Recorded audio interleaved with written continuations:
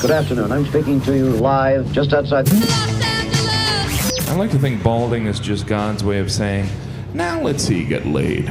Is it true that if you don't use it, you lose it? What I'd really like to do is put the greatness of this man in perspective. The hair loss community has a lot to be thankful for, having you as a spokesperson. You mean you just call this guy up? About life and about reality. And now, America's #1 reality radio show for men. Live from Los Angeles, it's Spencer Kobren's The Bald Truth. Hey guys, welcome. What's going guys? on? You know, it's funny. I meant to turn down my own sound when I did the and I ended up, because I'm sick, I think, ended up potting down the intro and essentially coughing into the microphone. But what are you going to do? I wasn't going to say anything, but... Look, it's either a sinus infection or a brain tumor, but whatever. I'm sure that our friend in Georgia would prefer it to be a brain tumor, but whatever. So many ways I immediately wanted to go with that one, but leaving that one alone. Guys, the phone number is 888-659-3727. This is the Hair Loss Show. We are live, as we always are, most Fridays, 3-ish on the West Coast, 6-ish on the East Coast, and 10-ish Greenwich Mean Time. Yeah, Greenwich Mean Time.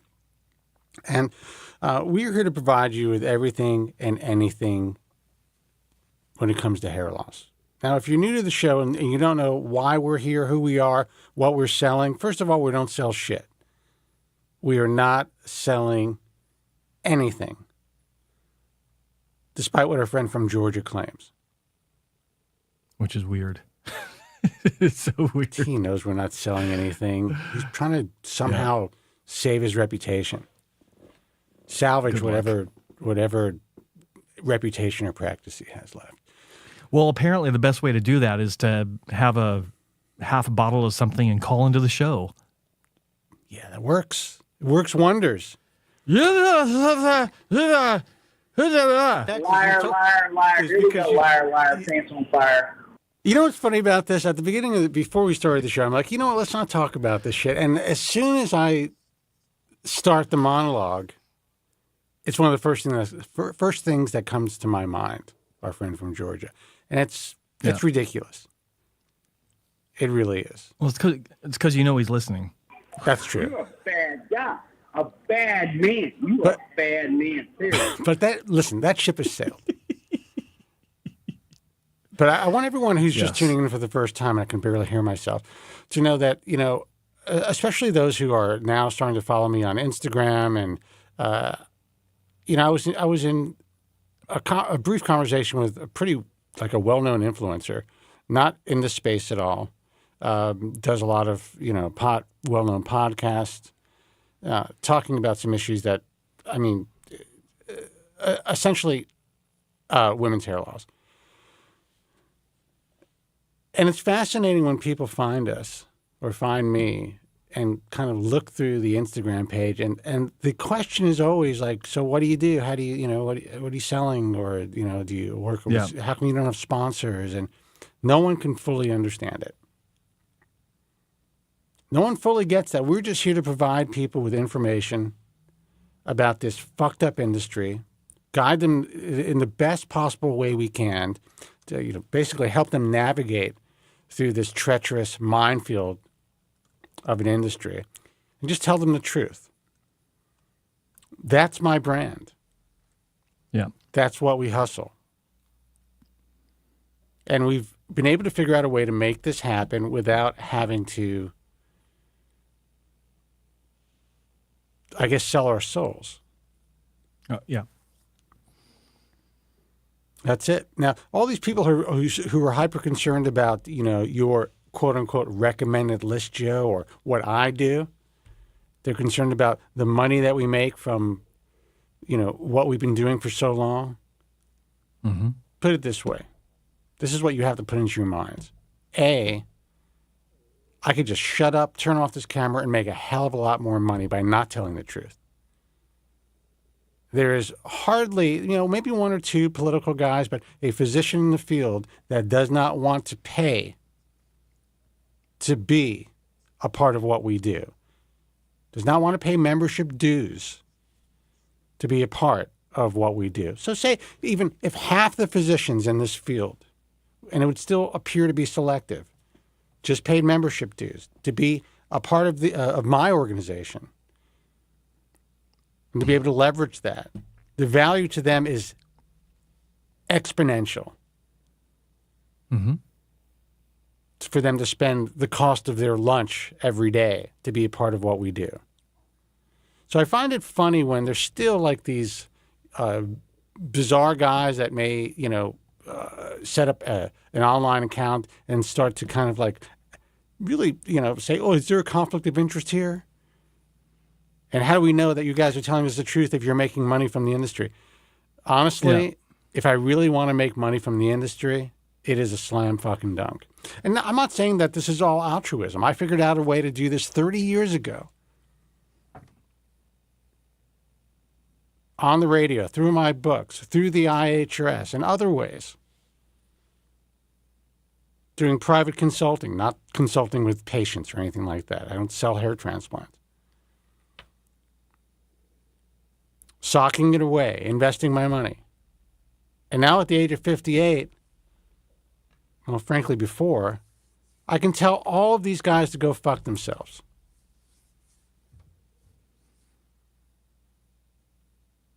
And just walk away. That's it. If someone doesn't like what we do, if someone doesn't like us telling the truth, go fuck yourself. If you want to be a part of this industry, and if you want to actually help people, you want to support what we do, great. If you're doing the right thing, you can work with us. That's it. There's no pay per play, as they say. To be a part of any organization in our society, in this world, to be listed on anyone's website, whether it's the AMA or the American Academy of Dermatology or whatever, people pay dues. And if they don't pay those dues, they are not listed. They cannot show that credential. So for anyone to kind of somehow conflate that with pay per play is a fucking moron. And the only reason they do that is because either they feel they can't be a part of what we do, or they are no longer allowed to be a part of what we do. And for consumers to think that that is somehow something to look at with a jaundiced eye, especially in the way in which we do it, then honestly, guys, you deserve to get fucked up. That's how I feel about it. We provide you free information. And well, that's the go ahead. Sorry, that's the big question. It's like, I'm doing this for the sinus infection or brain tumor. So go ahead. What are we selling? Like, there's no products that we sell. There's nothing out there that says that we, not yet. There's nothing out there that shows that we, direct patients to specific doctors, and then say, be sure to tell them that we sent you. Use this promo code to get a discount, or so that they can track where you're coming from. None of that, it's just not out there. Like, what are we selling? Like, what is it that we're peddling that's so bad? I don't understand. I never understood that. You're a bad guy. You are a bad guy. I'm a liar. Here you go, liar. Pants on fire. Liar. But it I don't know. Well, it's mind-boggling, and then this stuff is put out there, through whatever social media over the years, or on forums and stuff. I'm used to that shit. Listen, people who people who will take people who are in those camps, like just bitter guys, message forum guys, whatever it is, who are in those camps, they don't fully grasp, I guess, the reality of this industry and just how dangerous it is. And yes, there are guys who kind of run pay-per-play services, and they only talk about the positives for the most part of hair transplant surgery, or they only interview doctors and promote, what they're doing and how they're doing it, and, ask the typical happy horseshit questions about hair transplant surgery. It's not what we do. No. We're here to provide people with a safe platform to get the truth. That's it. My philosophy is surgery is a last resort. And I've gotten a lot of shit over the years for that from the doctors, from some doctors who were in the IHRS. Mm-hmm. There are guys who were originally with me, or say with me within 5 years. And they would contact me, one in particular, just like, what are you doing over there? You're talking people out of surgery. I had a patient that was ready to go. And now she's canceled. Now, this is a woman. I'll never forget this. Mm-hmm. I'm like, have you read WebMD? Have you read my thoughts on, and the official position of the American Hair Loss Association on hair transplants for women? That's no bueno, man. I don't go for that shit. No bueno. So those who didn't understand at the beginning, they were either cut loose. We decided, and I do it very quietly, decided not to work with them. And then there are those who initially complained, and then they got it. They were like, oh, okay. Now, you know what? This makes sense. I think you're doing a really good thing. Yeah. You're right about this. So we want to be a part of the organization. We want to support it. We want to be a part of it. We want to be able to, let consumers know that we are a part of this and we do support this. Now, our friend from Georgia, who at some points in our relationship claimed that he understood it and promoted it, all of a sudden didn't understand it when he believed his business was going in the toilet. Yeah. That's how that when works. It happened. Yeah, that's how that works. But the truth is, he's always been kind of like on that, teetering on a defensive stability, in my view. So he would get upset with one thing, and then all of a sudden you get a late night email, and then, all of a sudden, or he'll contact like our friend in the UK and say that your list is shit. And then when the friend in the UK decides to highlight him on the list, all of a sudden he's like, oh my God, I'm so proud to be, the top whatever in the world. Fucking it's ridiculous. Such horseshit, man. It's such horseshit. I'm sorry. And honestly, he's not the only one. That once they're actually included in the club, then the club is the greatest thing since sliced bread. But 3 seconds before they were accepted, it was the list of demons. That's exactly right. He's not the only one. Well, I tell you, that guy in Ohio, Bob Habert, I have no problem with the guy. And then when Specs put out his top 25 list, and it happens to be basically almost all IHRS doctors, he calls me up. And he's like, why would you put out a list of the top 25 doctors in the world when you have 70 doctors in your organization? So what are we now? We're second class citizens? And I said, Doc, read the byline. I didn't do that. That's not my article. It's from the UK. There's a guy named Spencer Stevenson.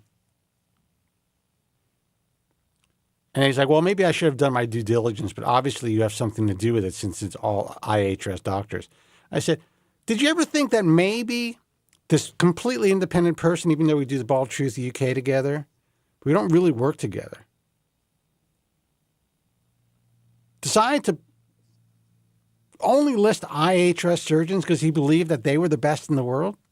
And you just happened not to make the list because there's only slots for 25 people? It's an article. In alphabetical order? Yeah, it's an article. Yeah. It's nice if you're included, but it doesn't mean that you're not a top doc. When you're dealing with editors and you're dealing with, whatever, basically you're limited. This was the limitation he had. But boy, Haber was pissed, man. I never forget that phone call. And then there was dead silence when I told him to check the byline. That wasn't me. Yeah. Well, he wasn't the only one. I remember another one saying that if he was on the list, he'd be at the very top. And I gotta hand it to Spencer Stevenson. He had the best response. The list is alphabetical. Right. You wouldn't be at the top. Yeah. This is what we put up with, guys and gals, ladies. This is what we put up with. We put up with. Look, I think the world of a lot of these doctors that we work with, but there's some doctors out there that really missed out on the deductive reasoning classes before in pre-med. They didn't attend. They don't understand how to look at things for what they are and come to a logical conclusion about why things are the way they are. They just they see that they're not included. Their egos are bruised, and they lash out like little girls at a tea party. Animals, like man. it's fucking crazy. animals. It's crazy. So that's a little inside baseball, little behind the scenes stuff that goes on. But I think this definitely it all trickles down to the patient, and we see we saw it in action live last week, but it all trickles down to the patient. There's some incredibly humble, reserved physicians in this field. A lot of them do work with the IHRS, and they're not the most outspoken when it comes to all the bullshit that goes on. They kind of want to stay out of it, out of the fray. And in a way, I can't blame them for that. But they're good guys. They understand that if they weren't included in some fucking article, it doesn't mean that they should be taking it personally. It doesn't make the article any less legitimate. Right. Which is things I've heard. Like, well, it's not worth it. It's Joe, you froze, man. It is. Sorry. You froze for a second. Well, anyway, guys, the phone number is 888-659-3727. Give us a call. We're here to provide you with any information you need about, obviously, the surgical side of things. If you have any questions about hair loss, there are people who contact me through Instagram and they want me to DM them back. They have personal questions. You're anonymous when you call the show. Hold on. I don't even think I may not have plugged in the phone. It's very possible. I'm telling you, I think I either have, I'm spinning, either a sinus infection or a brain tumor. We'll see. Are you vamped for a second, Joe? Or a tumor infection. Or something like that. Anyway. Well, hopefully that, I hope he gets the phones plugged in, and that's why we've not had any calls. Let's test that theory out. Give us a call. And let us know if you tried to call before. Sorry, it was my dog. Anyway, we're supposed to be talking about, premature patient testimonials. And this is something, Spencer and I have actually talked about this before, off camera, maybe a little bit on camera. He can add his ideas to it. It was his idea to bring this up today, to make the subject of the show. But I'll give my 2 cents worth on this. And first off, what are we talking about? Premature or early patient testimonials. Premature what? What are they? What's that? Premature what? Don't go there. All right. Don't get. This isn't after hours. Talking about the subject of the show. Early or premature patient testimonials, and the whole problem with this is that they're meaningless. Like when you're doing your research for hair restoration surgery and you come across these guys on TikTok, Instagram, wherever, doctor websites, and you see a patient with a bandage wrapped around his head and maybe his eyes are swollen, which happens after surgery sometimes. And he's sitting there and he's telling you how great the experience was. And he even brings up the word results. What the hell is this telling you? How does this help? It's nice that the surgery went great, based on the patient's experience and lack of understanding of what an actual good surgery is supposed to be like. But it's nice that he felt comfortable. It's nice that they took care of him. What the fuck else are they supposed to do? Yeah, it's nice that you had the limo, and that you were picked up from the airport. The guy came. He had the iPad with your name on it. That's great. Makes you feel really important. A limousine full of gummy bears and mineral water. They put you up in a great hotel. That's beautiful. Yeah. But this is the way the internet is run now. This is the way the industry is run, and people are like they want to get them in the chair directly, or they want to get them in front of the camera as soon as they have the surgery. But I also think there is an interesting phenomenon that a lot of people don't fully grasp anyway. And guys, the phones should be on now, so give us a call, 888-659-3727. I apologize for that. It's the guys that do the testimonials 1 year out. That, too, to me, doesn't necessarily tell the entire picture. That doesn't really show consumers the entire picture. I would prefer, and I know this is not necessarily great for business, but I would prefer maybe wait till you're 3 years out. Because when you're 3 years out, the reality is you're probably going to have another surgery. But the guys that are 1 year out don't realize that yet. Why do you think they're back in the clinic to give a testimonial 3 years later? Well, 3 years, yes. But after 1 year, if they're local, they bring them in. They're like, "Come on in. We'll give you a free CRP or something, and we'll interview you."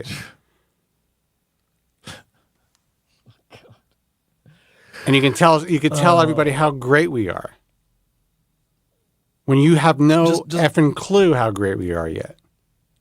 Just a funny thought, by the way. Just a little sidebar here. I could hear when our friend in Georgia was trying to call us 10 minutes ago and not getting through and saying, "Yeah, see, they're shutting me down. They're keeping me down. They're not wanting to let me talk. They're not letting me get through." I would love them to call in again.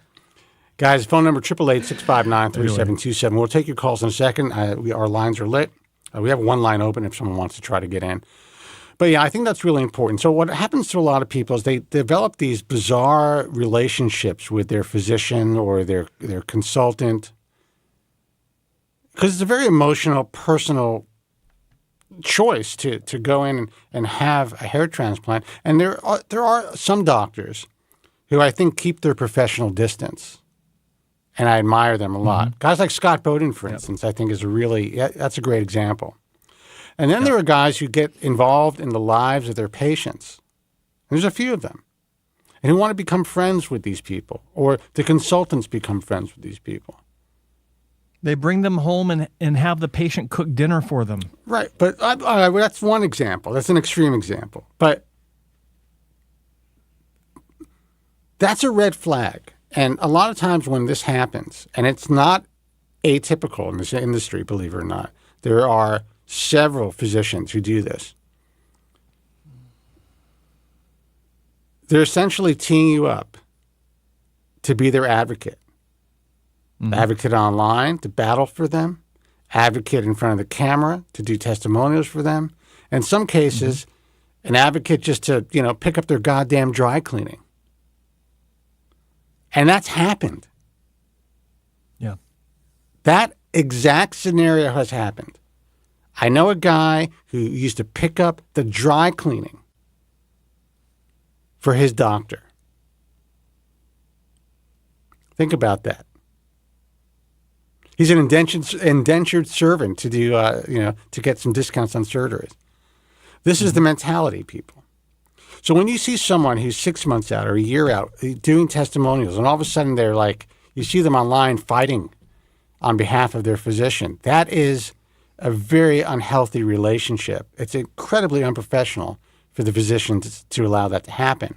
And again, it's not just one physician. It happens across the board. I've seen this for years. Yep. They develop this bizarre codependency. First of all, it never ends well. I can tell you that from long-lasting experience. Yeah. Never ends well. Patient always gets screwed in the end. But the physicians have these advocates who will do battle. They will put on their armor and do fucking battle for these doctors. They feel like they've been screwed in the end. They may not always be screwed, but they feel like they've been screwed in the end. Right. There's some sort of emotional decapitation that happens. It is such a bizarre phenomenon that you really only see in this field of medicine. Yeah. All right, guys, 888-659-3727. Let's see who this is. Hey, you're on the air. Who's this and where are you calling from? Hey, guys. Mike in NYC. What's up? Mike, what's happening, man? Hello, Mike. Hey, not much. Joe, that's a good look with the mustache, if that's a new look. I just noticed it. Thank you. It is. It's for Movember. I started at November 1st. I had shaved down maybe 2 weeks before, going clean face for 2 weeks, and then started back on November 1. And now I'm starting the Charles Bronson extensions down here on either side. So we'll see how that catches up. Or the Village People dude don't. with the leather hat. I knew it. So what's up, Mike? Too easy. What's up, Mike? Just to give a quick comment about last week, what happened, and I'll move on quick. But that was horrifying for me because it was too extreme. And the thing is, he was drunk, but I don't view alcohol as an excuse. So I feel like you guys are maybe trying to give him that a little bit, but that's just my personal opinion. And the other thing is, it hurt. It hurt him obviously, but I think it was so bad that it kind of hurt the show. I kind of feel like he just really did a stupid thing last week, and it was just a shame all around. Well, I appreciate that. I don't think it. And this is not to defend this, allowing this to happen. I don't think it actually hurt the show. I think it actually, for a lot of people, they really, they look at things a little differently. They enjoyed the entertainment value of it, and also I think they appreciated the fact that this is a possibility that a human being can actually, a physician, a guy in a white coat, could actually behave in this manner. So I think it kind of highlighted what we've been speaking about and what I have for the last 30 years, that this is really a cesspool of an industry. And even the good guys, some of them, have some skeletons in their closet. Yeah. I think that's a better way to put it about the industry, maybe, because, kind of a little bit of a wake-up call that there's some of these guys out there. And I can tell you that I like to have a drink once in a while. And I have been fucked up. But I could tell you this. If I were to call any radio show, I would just be like the happy drunk. Even if I was pissed off, I would have fun. I don't have that type of toxic personality that is, really just amplified by this person's alcohol use or abuse. This is a toxic dude, man. Carolina in the chat rooms, she says it perfectly, actually. She says, I don't think Dr. Cole hurt the show. It's an example of how the consumer needs to be careful. That's very well said. And that's exactly the way I look at it is, it reinforces, it validates what we've been saying for years. You don't know who you're dealing with when you're dealing with hair transplant doctors. And, there are some out there that just really have issues. And, look, to be perfectly honest with you, I've known he's had issues for years. It's just for the past few years, I thought that he had actually kind of straightened out a little bit with regards to his temper. I'm not talking about him being an alcoholic or anything. That's a different discussion. I'm talking about his attitude towards his colleagues and his attitude about his own practice, his own ego, basically. And this is a perfect example of how that, combined with being in a really bad situation, professionally, emotionally, personally, whatever, combined with the fact that he decided to, from what it appears to be, imbibe a little early in the evening to the point where he sounded the way that he did on a Friday. I mean, when you think about it, it was about 6:30, almost 7 o'clock at night in New York or on the East Coast when he called, and he was at that point. In all fairness, I've done some day drinking in my time, and if the guy was free and whatever it is, and even if he called in and was slurring a little bit and was having fun, be like, okay, this is your night off. Well, it's probably not the most professional thing to do as a doctor to call any show drunk. If he had a different attitude, if it wasn't toxic, if he called in to maybe, apologize or say, look, let's be reasonable about things. I think there's some misunderstanding. And if we heard him slurring his words, it would have been, fine. Well, not fine for the consumer necessarily, but at least, it would have been within normal parameters of behavior for a human being. Yeah. Maybe not a doctor, but for a human being. Look, it is unfortunate, but again, I think it actually is a wake-up call for everybody. And we have always known this particular doctor's toxicity, but what I have always, and I stick by this, there are so few good hair transplant surgeons out there that in order to give people a fighting chance, you have to you can't just remove somebody who's good just because they're an asshole or because they're a little toxic, unless it crosses a certain line. Now, some of the issues that came up over the years were from some patients who felt the behavior was a little questionable, people who were contacted, they were called by this particular doctor, and maybe he was a little under the weather, so to speak, if you know what I mean. And, there was some unprofessional behavior, or like if his kid contacts them and really tries to push them into surgery, which frankly is illegal. You can't induce somebody to have surgery, but that's not uncommon. So I've been struggling with this for a long time, but he made it a lot easier for us just to say, dude, you're out. And, we wish you the best of luck. You could age out of this quietly, or you can just, continue to fuck yourself. I don't know. Let's get off my back. So, moving on to good hair transplant surgeons, just wanted to. He's still a good hair transplant surgeon. But I am a month out from my second surgery, which I can't believe. It seems like literally just yesterday I was talking to you guys a month out before my first, which was a year and a half ago. It's crazy. And basically, I'm ready to go. I'm not lowering the hairline like I mentioned last time, which is a big decision, but it's the most smart one. And okay.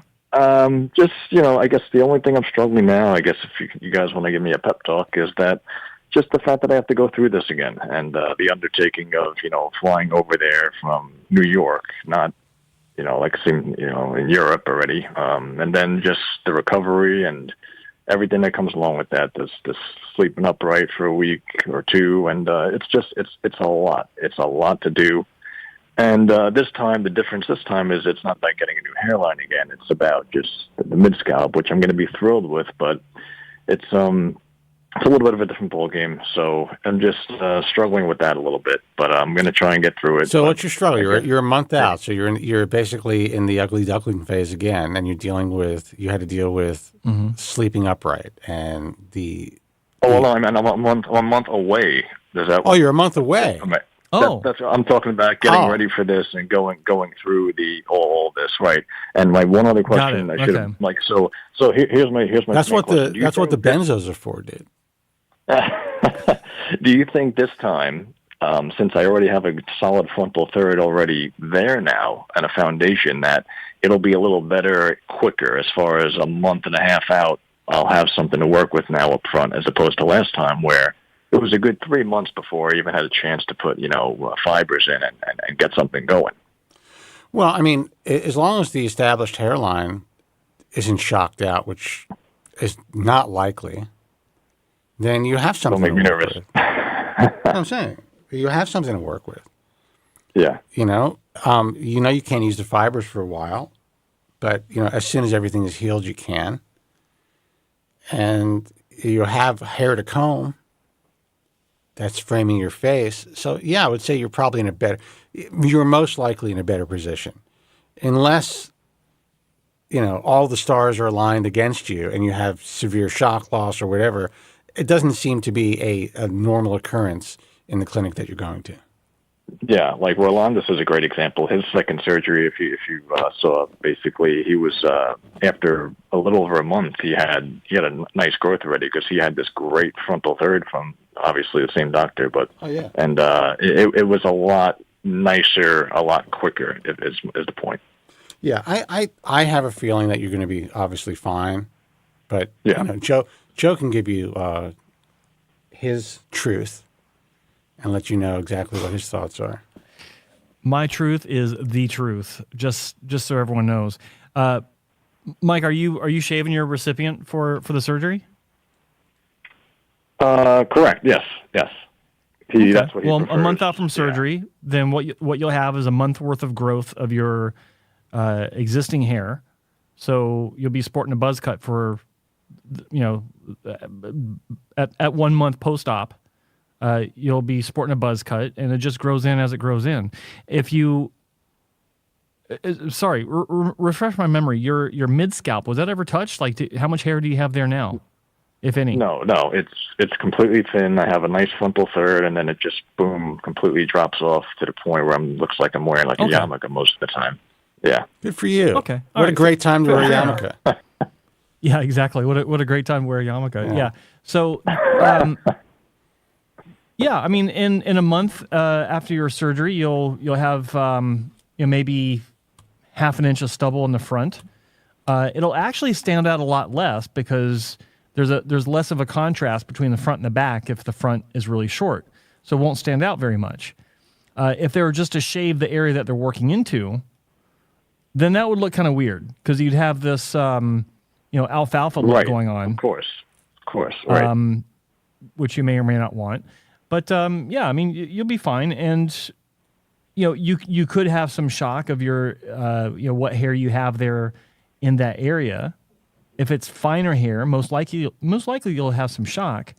But there's also the possibility that the hair that's being placed, depending on the protocols of the clinic, depending on how your hair reacts to the surgery overall, you may not lose much of that in the temporary shedding phase. I'm hearing more and more of this with different clinics when they are incorporating some of their I'll refer to it as regenerative protocols in with the surgery, if that's something that you'll be getting as well. I'm not a big believer in this, by the way, of adding such protocols or adding such non-surgical treatments during a surgery, because it's the whole kitchen sink scenario that I really dislike, because for years hair transplant surgery was just fine without the use of these biologics, without the use of these regenerative protocols. There, I said it. So while it's nice to have the possibility of benefits, it also means that maybe, and this is generally speaking has nothing to do with where you're going for surgery, because I don't remember where you're going, but he's going to India. This guy's getting on a plane. No, Ferreira. Oh, you're going to Ferreira. That's right. You're going to Portugal. Oh, yeah. I was just talking to him the other day. Shorter flight. So I think better that food.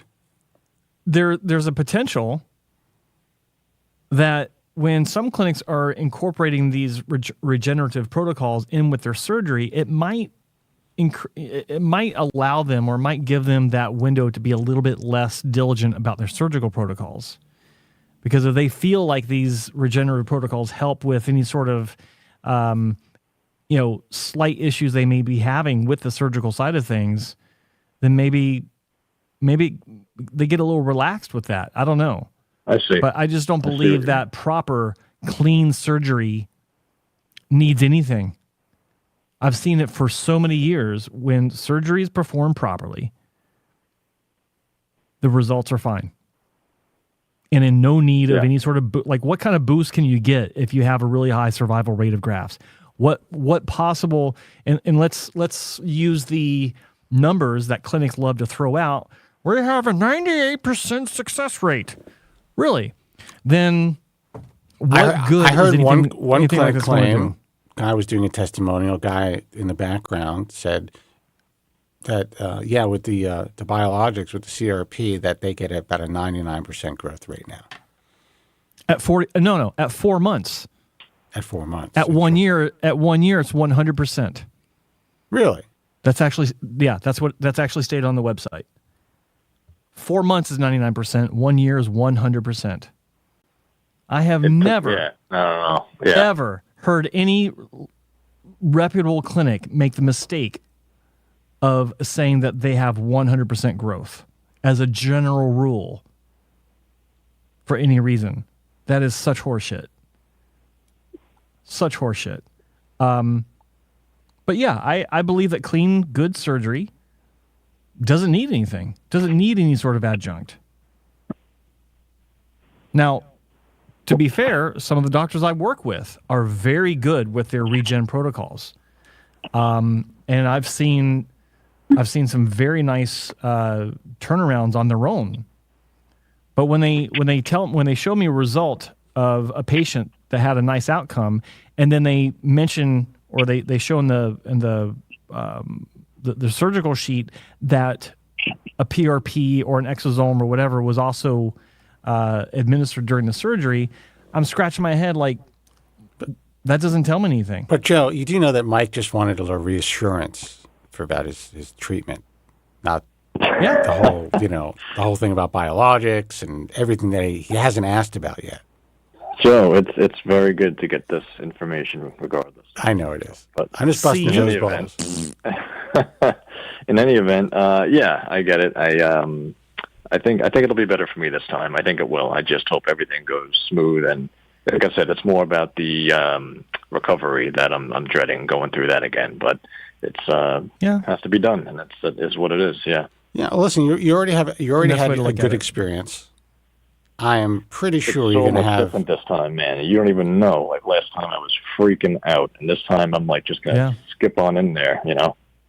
I'm so happy for you, man. Yeah, I know how difficult it was for you, and you know what? I mean, even a less neurotic, and you're the one who told me that you suffer with neuroses, and I do too in some things, or anxiety was not. I guess I'm different now that I'm older, but. The fact that you've been able to move past this, you had this great experience, and you kind of know what to expect for the most part. Yeah, it's great, and I'm so happy for you because you were really freaking out at one point. So, and I think you're going to be fine, man. I'm telling you. I mean, I can't guarantee anything. There's no guarantees in life, but you're going to a good surgeon. You've already had the experience. You know what to expect. Well, I will definitely let you guys know how it goes, and you guys do a great show, and don't ever let anybody tell you that you don't. That's my final words. Well, I appreciate that, man. Thank you, Good luck. Mike. All right, Mike? Thank you. Yeah. We're here for Have a good trip, and tell Bruno we said hey. Thank you. I was just talking to him the other day. He's, All right, brother. Take care, guys. Down to earth. All right, have a good show. Bye-bye. Bye-bye.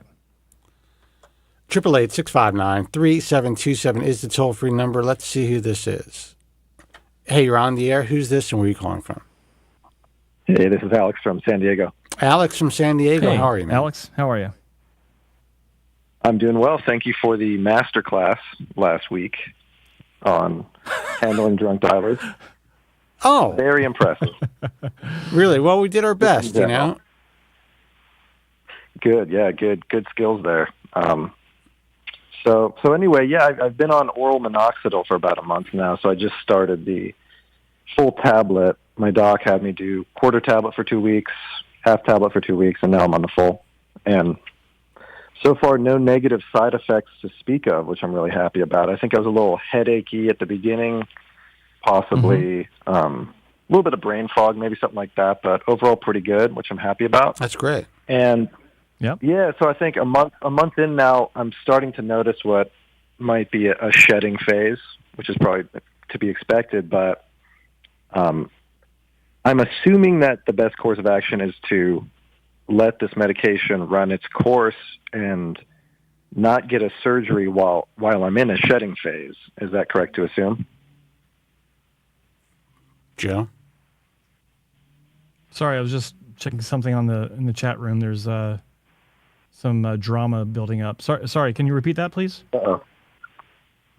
Well, I think I'm in a shedding phase right now off of oral minoxidil, so I was wondering if it might be wise to avoid surgery while in the shedding phase as to avoid some sort of shock loss or something like that. What do you think? I would wait if you can. Well, what? I wanted you to answer initially, Joe, but you weren't there. And then he's repeating it for me. Then you answer it. It's like I saw you looking away again. What do you want me to do? Go ahead. So okay, I would say absolutely. Like if you have surgery scheduled anytime soon, like push that off, because like you don't in general want to start taking a new medication right before you have surgery, because in full disclosure, I did the exact same thing during my first repair surgery. Like I started finasteride that evening because I went down to the pharmacy and picked up my first prescription right after my first surgery. I don't recommend people do that. You should be on, whatever medication you're going to be taking for at least 6 months before you even have surgery, because of situations like this where if you are having some sort of shed, then that can impact your surgery, mainly where the doctor will be like, oh, well, there's a big spot here we need to fill because it's really thin, and it might not be a permanent issue.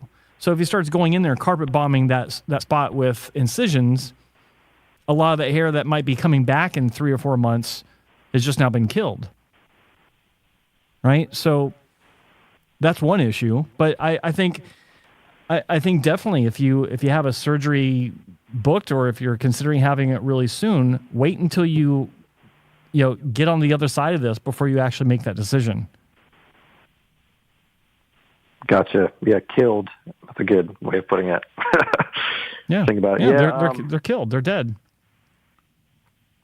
Yeah, that makes sense. I talked to a doctor who seemed to think that it didn't really matter, because my other thing was like, the graft survivability rate might be higher if the grafts are nice and plump from oral minoxidil or whatever.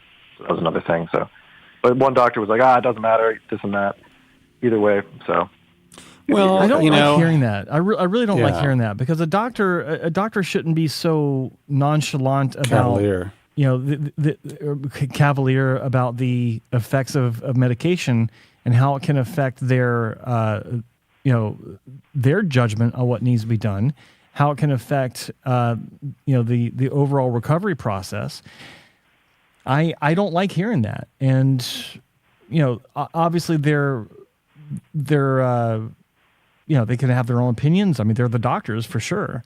But I personally think that is somewhat of a, I don't know, it's a bit too easy, or I'd actually say it's a lazy way of looking at things. Gotcha. So that's my thought. So what else can we do for you, man? Maybe Joe, let me That's pretty much give you an answer. Yeah, go ahead. Is that it? I would wait. That would be my first instinct. Okay. Yeah. I mean, what's the rush, man? Surgery's always going to be there. It's true. Yeah. That's the thing. It's like it is. I know, and I know it's the wrong mentality to want to sort of get this show on the road, which I understand. That's like not a great mentality when it comes to this, but I think it's also, this is just the perfect time for my lifestyle to go ahead and get this done. But I know that it's second in importance to that. But well, you actually may be surprised at how well you do with oral minoxidil once the telogen kind of subsides, and who knows how much surgery you're going to need. that whole landscape could change. Yep. Excellent point. So yeah. Well. All right, brother. Yep. Thanks, guys. One more question, Joe. Do you expect any more doctors on your list anytime soon, or is it just? Love to see Dr. Sean on there. By the way, I love him. I got 2 more. I've accepted. I just haven't got the videos done. And there's a third one that just started his application. I expect him to make it through to the other side, unless something pops up that'll be surprising. I don't expect that to happen. He'll be. Oh, I forgot to tell you, surprise. No, I'm just kidding. don't tell me that. Yeah, and then so two that the video hasn't been released yet on them, but they are accepted more or less, and then 2 more that will be most likely accepted once they get their shit in gear and lazy asses busy and get me what I need. But we'll see. Yeah. So I mean, things are growing. And it's funny. It's funny since all this controversy began. Based on last week, from several weeks back, almost 2 months ago, I've had more applications for membership. So who are you telling, brother? I know. Yeah. This guy's entire WhatsApp group basically is almost except for some of the hardcore guys have contacted us. Yeah. Oh, wow. Yeah. So it's just like, I couldn't take you on before. I wish that I could because I would love your checks, but that has not changed. But I think what transpired is that because this doctor, who we all know who we're talking about, was so adamant about, I guess, the power that we have in the industry and how people want our stamps of approval, it really had, I guess it's called the Streisand effect. Because he spoke about it so much. All of his fucking colleagues are now applying to the groups. It's hilarious. And for those of you who don't know what the Streisand effect is, Barbara Streisand, the actress / singer / annoying person, she found that someone had taken a photo of her beachfront home from the ocean and had published it, and she made such a stink about it. Like she filed against them in court, and she was just talking about it nonstop, and because of it, now everyone knows where she lives. Everyone knows which house is hers, which is exactly the opposite of what she was trying to achieve. So had she just shut up and not said anything, then it wouldn't be an issue. But now it's probably the most famous house in all of Malibu. I got to thank Dr. Cole, actually. That reminds me. We need to send him a nice thank you. I'll do a handwritten one. All right, brother. Yeah. Listen, good luck. All right. Thanks for the opportunity, guys. Take care. Bye-bye. Take care, man. Bye-bye. 888-659-3727. That's actually great. I got to practice my calligraphy, but maybe a nice handwritten note. Your calligraphy. Let's see who this is. Oh, that's good. Hey, you're on the air. Who's this and where are you calling from? Hi, it's Vince from Indiana. Hey, Vince from Indiana. What's happening? Hello. Not much, man. I gave you guys a call back in February, the natural bodybuilder, about laser SNP and all that shit. Yeah. What's happening? Yeah, that doesn't exist. I actually called down there at Epstein, and not really sure where that email came from, but I still have it. But my question is, so I've been going I talked to you about creatine back in February, and right now I'm trying to get contest lean, cut all the way down, and I understand that can send your hair through a shed, which last year I had no problem, but I decided to kind of fuck with creatine again this time without the loading phase. Yeah. And well, your call last time that I put on Instagram gave me I got a lot of shit because of that. Yeah, they took us to the rug on that one. I saw that. A lot of people were very upset. But what are you going to do? Yeah, I mean, I know what it does to me. I can't speak for them. I've been lifting for 20 years. Every time I take it, I shed. But anyway. So I started taking it 2 months ago, only 3 grams a day, just microdosing it, and I'm going through another shed again. I mean, it's massive this time. And the reason I'm calling is if I just stick with it, do you think my follicles couldn't just adjust to it? Because I'm on finasteride and everything. And maybe the shed will just end. I mean, it's possible that even though you didn't load up on it, it's possible that just putting more creatine, especially in supplement form, into your body did kind of give you a surge in your hormones and your hormone profile, and that could put you into a telogen that could be temporary. Right. Yeah, that's what I'm kind of hoping, because like when I took it before, I wasn't on finasteride. Now I'm 3.5 years into finasteride, and I'm just surprised it's kind of going through a shed again. I figure, I'll do 3 to 4 grams a day. Back in the day, I do 10, 15 grams, load up. And this time I didn't do that because I'm 14 months out of my third FUT. And it almost looks like I've only had 1 hair transplant instead of 3 now. That's how much of a shed it went through. I'm kind of perplexed. Is it just DHT, just from 3-4 grams of creatine a day? Because I like the way my physique is looking. Like, I'm a hyper responder to it. My strength has gone up incredibly. I look a lot better, but the shed is massive, and I'm not depressed about it because I know it's temporary. You sound pretty good. I was going to say that. You don't sound like you fucked up over it. No. I know it's temporary, and because we're talking about maybe doing a 4th and final FET one day in the future. And like your previous caller said, if you're in a shed, you probably wouldn't want to do any more surgery because, the surgeon can see where the hairs were even if they're not there anymore.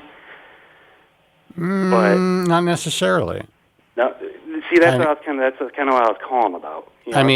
Honestly, if you go through a significant telogen effluvium and there's no hair breaking through the skin yet, or they may implant hair where your natural hair has just essentially shed. Okay. Yeah. And then you are destroying that hair follicle. Right. That could produce hair again. That reflects back when I was talking about with the previous caller from San Diego, Alex, I think was his name. Because he's going through this shed with his minoxidil, should he postpone surgery? Well, yeah, because the doctor wouldn't be able to see that there are actual, active follicles underneath the surface of the skin that haven't completed their journey through the cycles back into anagen. So, absolutely, it's something that a doctor can't see. If you're going through a shed, it's kind of funny. It's like doctors will talk about understanding. Oh well, we can tell this, we can tell that. No, they can't, because they can't look at someone's scalp and say, oh well, they must have taken something. There's no before picture that they can look at from 2 months prior and say, oh well, they've lost their hair because of X, Y, Z. We should wait. Like if you showed your scalp to someone for an assessment, they'd probably say, oh yeah, we can do X number of grafts, not knowing that you're going through a telogen effluvium, and then 4 to 6 months it could be completely reversed. Yeah, I'm just surprised of how quickly it shed. I started creatine September 13th, and about a month into it, it was just obvious because I was actually putting my hands through my hair, and I actually had hair on my hands. I never get that, and I was like, holy shit. Wow, that only out 3 or 4 grams a day. It's just I think some people's genetics are that strong where it's just there's no tolerance at all. Well, it's true, and also you started the hair loss process very young, if I remember correctly, right? Yeah, I'm gonna be 35 next week. Yeah, okay, and you have a strong, propensity to, obviously you're affected by DHT. I don't know if there's any inflammation involved, but for whatever reason, in your case, creatine always kicks you into an effluvium. And it's funny, again, to go back to the phone call that I put up on Instagram, your call, it was like a year ago, I couldn't even believe the reaction. It was almost like this whole Israeli-Palestinian thing happening, but with creatine. Yeah, they came up on the woodworks on that one. It was insane, man. And the hate, just like, dude, I didn't say it. I believe it. But this is a real caller, a bodybuilder that calls in to a radio show or an internet show. Yeah, I got accused of steroids. I actually made my Instagram public so they can look at all the photos, just so you can see it's natural. I'm like, there's nothing that sticks out about how I look, Yeah. that would suggest any sort of cycle. But I'm kind of like, all right, so what's in it for me to tell you not to take creatine? What's in it for me to say that this is a possibility that you can go through a significant shed on this drug? And forget about so-called studies. Studies are bullshit. People have no idea how these studies are conducted, why they're conducted. Mm-hmm. I mean, who the fuck is really looking at, seriously, unless there's some sort of a special interest, looking to see if creatine and how much creatine is going to cause potential hair loss or not cause hair loss? Who's going to do a specific study like that unless there's some sort of connection to a creatine company? Right. That's the way it works. And yeah, I can't speak for anyone, but for me, it's just obvious. I have before and after photos. It's like, wow. Yeah. You know. Well, I'm sorry to hear it. No, it's good. But I wanted to ask you about the GT20029. I'm sure you guys have heard of it because that's like, I've been eyeing that for some time. The anagen degrader. Yeah. If that, obviously it's a treatment because you got to do it over and over again. It's not a cure. But like to me, if that does what it says it's going to do and comes out in 2-3 years, essentially I would be able to get off finasteride and take creatine if there's nothing, no DHT can even bind anything, correct? Yeah, but do you think that's given all the information that you've read? Tell me exactly what the bro science guys are saying compared to maybe some of the detractors. As far as the anagen degrader? Yeah. I don't know what any of the bro science guys are saying at all. Yeah. It's just something I've been reading on. And, Good. Yeah. Look, I don't have Reddit and all that kind of stuff. You're better off. If it proves to be effective, then yes, theoretically that should be the case. I mean, if you're going to eliminate any possible DHT from affecting your hair follicles, great. But there's still potentially going to be an inflammatory effect, especially if you're very young in the process, meaning that you started the process early. There seems to be, now androgenetic alopecia used to be classified as a non-inflammatory alopecia, but in the last 3 or 4 years, it's starting to be classified. Definitely in Canada, some specialists are classifying it and putting it into the inflammatory category now as well. So there seems to be a combined DHT and inflammatory process happening. Some guys are more affected by DHT, and some guys are more affected by the inflammatory aspect compounded with DHT. So doesn't necessarily mean that if you eliminate all of your DHT that you're not going to be dealing with hair loss. But if that's the case, then it definitely would be a very positive tool. Yeah, I'm just I was just like reading it. I think China's doing studies on it. Again, who knows what these studies actually mean? But it's just like if you can get rid of the anagen receptor, that would be incredible. Yeah, I mean, like, that's like the holy grail to everything. I mean, the hell with the Petri dish. That'd be nice, too. But, like, I would take, the GT20029 over that 20 years ahead of time anytime. Because, like, my goal is to get off finasteride. I don't really like taking something that's affecting my hormonal profile. I mean, I haven't seen any dangers of it, but it's just something about it. And plus, being bodybuilding, I don't like messing with my test at all like that. Of course, but that's what this box in my hand is supposed to be doing, dealing with the receptors themselves, not preventing the formation of DHT, but preventing the sensitivity on the receptors to DHT. I'm holding in my hand, I think it's all about if you're not watching, Cosma RNA, which the company sent me a few boxes. I have not started using this. I don't know if I will, probably not, but it's tempting. I got to tell you, I won't lie. It is tempting, but you can see it when you watch the playback on this. It's still wrapped in the plastic. Great packaging, though. I'll tell you that.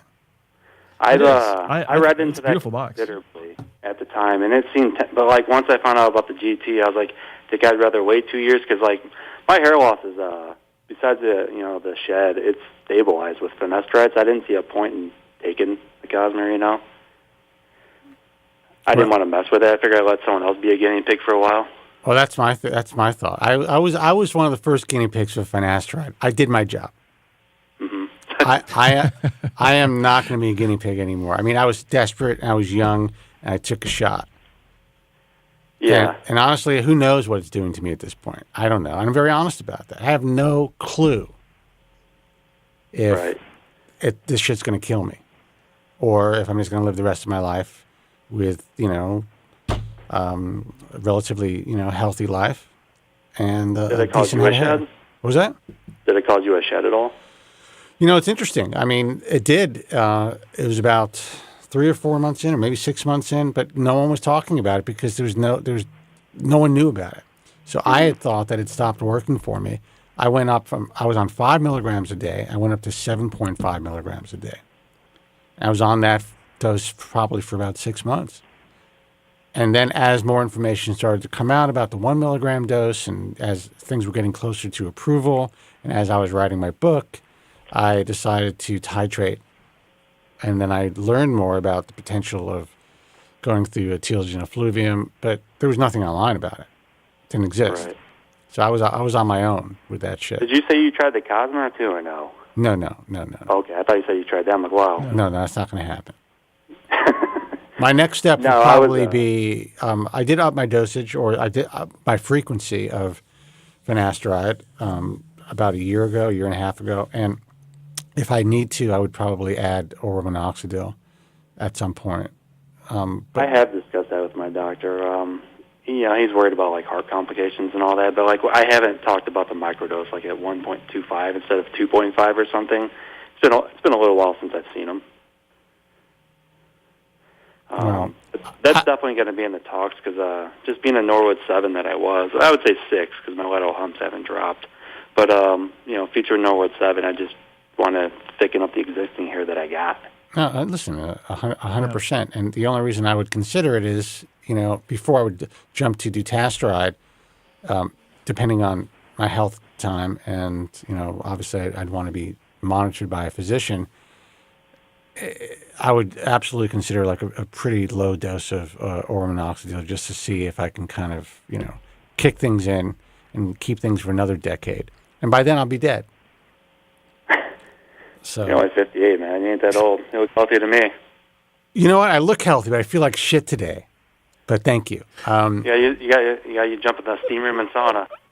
Oh yeah, I did a cold thing, cold shower, and I did my workout today, and I was pretty strong, but something off. I either have a sinus infection or, like I said, a brain tumor. We'll see. I'll check it out. All right, brother. Listen, good luck.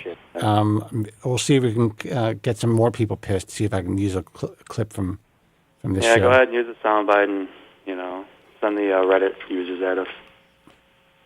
They're gonna go crazy. Oh yeah, good stuff. All right, brother. Thanks for the call. You guys. All right, Take good care. luck. Bye-bye. Bye. Take care. 888-659-3727. That's 888-659-3727. We do have lines open if you want to call the show. What's going on in the chat room? Had someone talking about how FUT is outdated and old, and anyone that's got advanced hair loss and goes for FUT, they get a nasty scar and it doesn't work very well. Hello, almost Norwood 7. Yeah. That seems like someone 7 who has strips. special interest, in my opinion. Maybe. I don't know. There's no reasonable person who understands anything about hair transplant surgery who's not pushing an agenda, who would honestly say, any critical thinker who could honestly say that FUT is something that should not be in every surgeon's toolbox. Mm-hmm. There is no way for a high Norwood to get the hair transplant they deserve without having, I believe, a hybrid procedure, at least one FUT, 100% of that sweet spot. I think there's some outliers where it can happen, where the donor density is really amazing. Don't ever contradict average. me on the air again. I was waiting for that. But the majority of the cases out there, no. You can't get a result where you can get coverage, but it's thin coverage. Now, to be clear, an FUE procedure can literally take every follicle from the back and sides of the scalp to where the top would be pretty full. But it's not about that. It's about a balance. to where, remember, the whole point is to make it look like nothing's ever been done to begin with. So once you cross a certain threshold with an average patient, you're not going to get the coverage / density that you would get if you had gone through the sweet spot with a good strip to get an extra few thousand grafts above and beyond what you'd get with an FUE. Each case is unique. I'd also submit that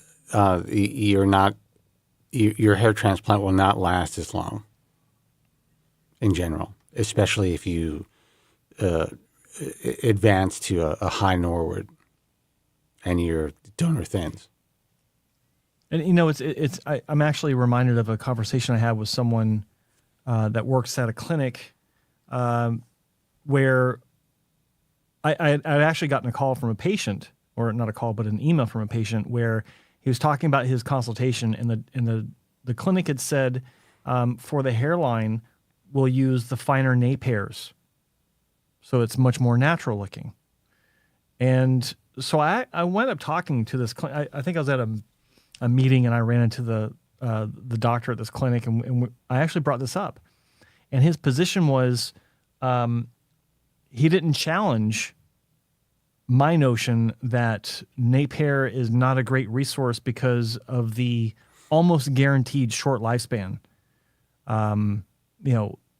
Retrograde alopecia goes in, starts in the nape above the ears, and the nape itself is generally susceptible to DHT, just like the top of the scalp. So if you do have advanced hair loss, you will notice it's not just on the top, it is also in the nape of the neck. My case included. The nape hair on my neck is not very strong, and it has been eroded over time. Mine has from to. DHT. So his response. Mine's very long now, but it's not as strong as it was. See, I can't grow it very long. But his response was, it'll last long enough. Acknowledging that it'll fall out. Yeah. He expects it to fall out, but it will last long enough for the patient to be happy. But it eventually will come out. It'll erode. It'll fall away. I've said this from the beginning, and at the risk of sounding like an asshole or obnoxious or like, our friend from Georgia, I introduced this goddamn technique to these guys. And from the very beginning, I believe that it really was an incredibly valuable adjunct technique. It was incredible for those who were stripped out, the people who were unrepairable.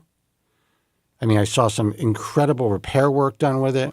And I also believe that for those who completely just couldn't deal with a linear scar or didn't want to go through that risk, that if things were explained to them and they understood all the limitations and the possible pitfalls of just going 100% FUE, and that this could be more of a temporary fix. Maybe it'll last a decade or 15 years before you start to see miniaturization, and you just want to get through that part of your life, and someone does it and manages the donor well so that if you do have to eventually shave down, that you won't look scarred. I thought that was reasonable. Mm-hmm. And I noticed from the call yesterday, and guys will take your call. The call last week, he was either talking about you or talking about me as far as fighting against, this, us still saying that strip had value. And in my view, the only reason this guy decided to put a chokehold on FIT and then CIT, whatever it's called, and FUE, is to somehow corner the market. That's it. Strip has its place, and it's an invaluable tool.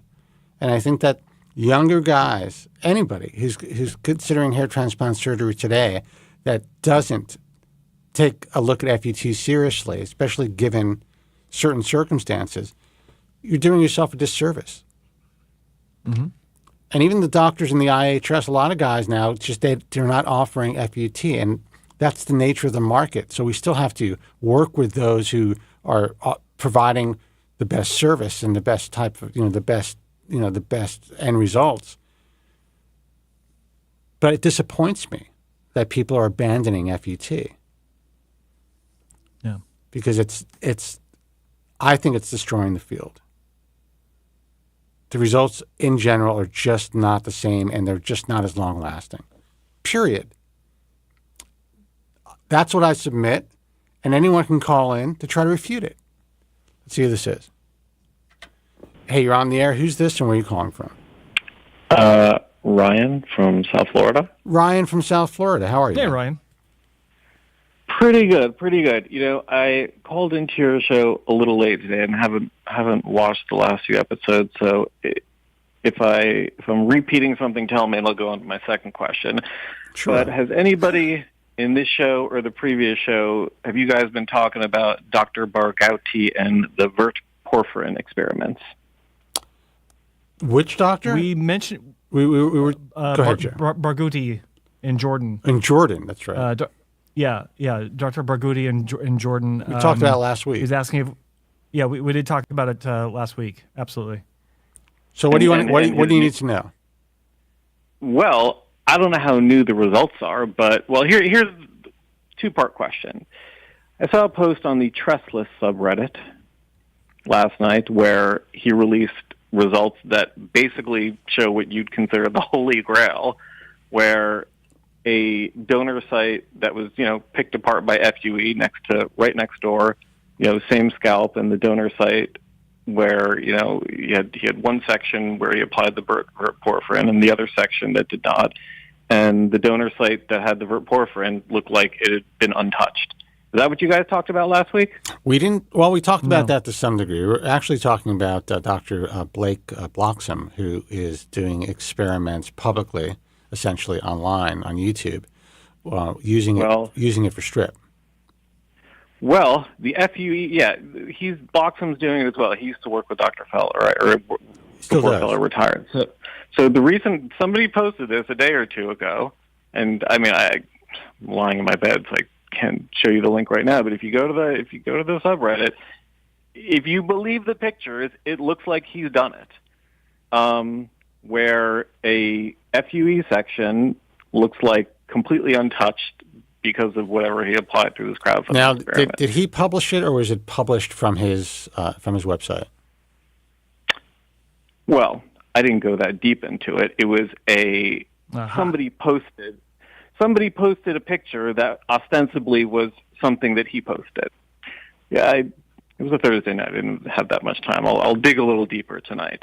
Yeah, I mean, again, it hasn't been brought to my attention, and but if that's the case, then yeah, that would be the Holy Grail, for sure. So here's my follow-up question, because I know, Joe, you work with Dr. Cole in Atlanta, and several years ago. Not anymore. But okay, well, I guess you didn't hear last week's show, but go ahead. For a while, I guess you haven't heard a few episodes. Well, yeah. I have. So anyway, that is correct. Interestingly, my brother actually got a hair transplant with him and was satisfied. So I don't know if there's been a falling out or not, but I know people who have gone that have been happy with the service. A lot of people are happy. He's a good surgeon. Anyways, he several years ago, and this was on his website, where he said that he applied ACell to the donor area. I know ACell was pitched as this holy grail 10 or 15 years ago. I remember Dr. Jones was doing an experiment. Everybody thought 10 or 15 years ago ACell was going to give you that donor regeneration that Verporfin seems to be doing now.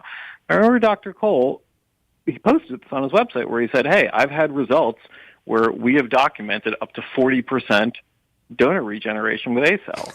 And yeah. Well, BS? Yeah. Okay. Well, I'm not saying one or the other, but it's been, X number of years. If it was 40% regeneration, that could be, number one, confirmed, and number two, replicated.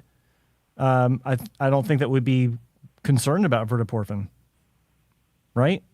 Well, that was my response on the forum. I'm a fairly active member on the forum, and when people talk about Verporfin, I link them and I say, hey, there's this doctor in Atlanta that says you can get this regeneration. Maybe you should look into that. But that's why I'm calling, to find out if it's fluff or if you've seen these results among your clients that you in the past recommended to them.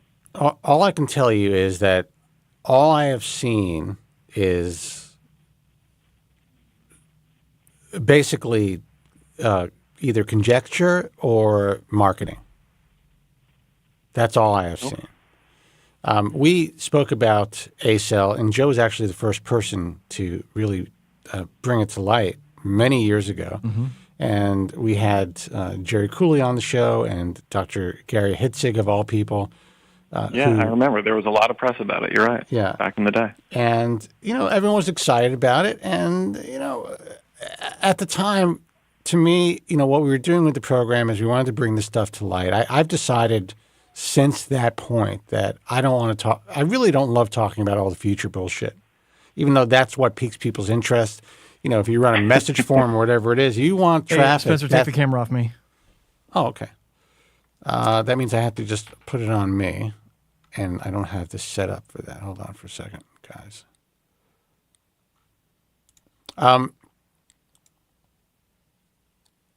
So I just fucked up. Sorry. So the reality is that I don't love talking about the future stuff, even though I know that it brings a lot of eyeballs, and people are always asking about this because it never really comes to fruition. People maybe kind of don't move on with their lives and waiting to get something done, hoping against hope, following these message forums and these Reddits and everything. And I think it's great that people run these things, and there's a lot of interesting discussion out there. But in the end, you run it, Spencer. You've got on your Bald Truth forum. You've got a cutting edge section. Well, no, we haven't. We basically essentially took that down, and we haven't been actively running Bald Truth Talk in forever. Yeah, it still gets traffic because it's up there, but the bottom line is when I was active on your forum, that was the hottest section of your forum, the cutting edge section. I know that, and that's the problem. And I was just like, this is craziness. I didn't enjoy. We could have kept it running, and it would have continued. At that time, it was the most popular forum for whatever reason. But I made a conscious decision to say, you know what? I think a lot of this talk is really guiding people in the wrong direction. And there was a lot of animosity and a lot of hate on the forum, a lot of toxicity. I think Dr. Go caused that. I think it was the Hassie, or however you pronounce it, Dr. Go. Yeah. He was the one that kind of made it toxic because there was a lot of shills for him and a lot of people saying they were going to go there and get results, and it didn't pan out. It soured a lot of people. 100%. I just think the whole fucking thing is toxic. So and again, in brief, the reason I even opened that forum 10 years later than everybody else is because physicians were asking for a sane place where they could be involved. And initially I had, some of the main players from the companies that were doing all the research posting. And then they were being attacked by the users. It was nuts. Yeah. Go ahead. No, so, on the one hand, you want to get something done and enjoy your life. On the other hand, you're somebody like me who I'm 42, and I went to consultations with Dr. Jeffrey Epstein, not to be confused with the other Epstein. Right. What's interesting about Dr. Epstein? It actually kind of looks like the child, abuser. They kind of look a little similar. That's actually terrible, but I just know that it's a very difficult name to be saddled with, and there's a weird resemblance, I guess. Dr. Epstein's I've met him. I had a consultation with him, and he's a supremely straight-up guy, and if I was a good candidate for a hair transplant, I'd probably go for him. Just difficult name, though. But, I got a consultation with Dr. Epstein. I got a consultation with Dr. Bernstein up in New York, who I did my research and found, I wasn't going to do this BS in Turkey where I look on the forums, and I see a lot of, by the way, what you're talking about with nape hair. You see so many people that post their results on these forums saying, how does it look? And then they post their donor, and these Turkish surgeons have taken out FUE probably 2 inches above and 2 inches below what a normal safe donor zone is. Yeah, absolutely. So that's actually that's the standard of care now. That's the new normal. Yeah, and it's ridiculous. And I'll tell you why in a sec, but I just want to get to the point that when I spoke to both Epstein and Bernstein, they quoted me around 3,000 FUE grafts. Now, I don't have a super dense, Joe Tillman style mutant donor. I have a relatively thin donor area, But I asked them, I was like, well, how are you defining the donor area? And they didn't go up nearly as high as those Turkish doctors, or nearly as low. And they kind of took sort of a middle section in the back, and they explained to me, look, I could go higher, I could go lower, but 10 or 15 years from now, when you start thinning from there, it's going to start falling out, and you're going to wonder what happened to your hair transplant. We don't do that here. That's right. So, yeah, I mean, that's why you pay a little extra to get it done from somebody who's been doing it for 20 years If you go on my Instagram, you'll see an image, or you'll see a reel of this woman who had a hair transplant. You look at the back of her head, and she had FUE, and the 5,000 grafts removed. And, this, first of all, she has no stable donor area in most cases. Most women don't. But to see the amount of volume that was removed from the back of this woman's head, and that is now seen as a normal procedure, and both men and women are having this done, it is literally the entire back and sides of her scalp, all the way up deep into the crown. And I agree with you. I've had some friends that have cheaped out, and I have a fairly affluent circle, and I've had some friends that have cheaped out and gone to Turkey, and I've looked at them, and I think they're going to be screwed if they don't stay on DHT blockers, which actually gets me to I'm going to comment on your previous caller, because, again, I'm on these forums a lot. He's not the only one that's had problems with creatine. This is a huge problem that's come up. There's a lot, and again, there's no clinical studies on it, because who's going to do a study on creatine and hair loss? There's tons of posts and a lot of anecdotal stories of people having problem with creatine. Well, you know what's interesting? Everyone who is pro creatine, and there's nothing wrong with it, but anyone who's claiming that it's bullshit, they're pointing to one specific, very questionable study and saying that this has been debunked. The reality is it's not been debunked.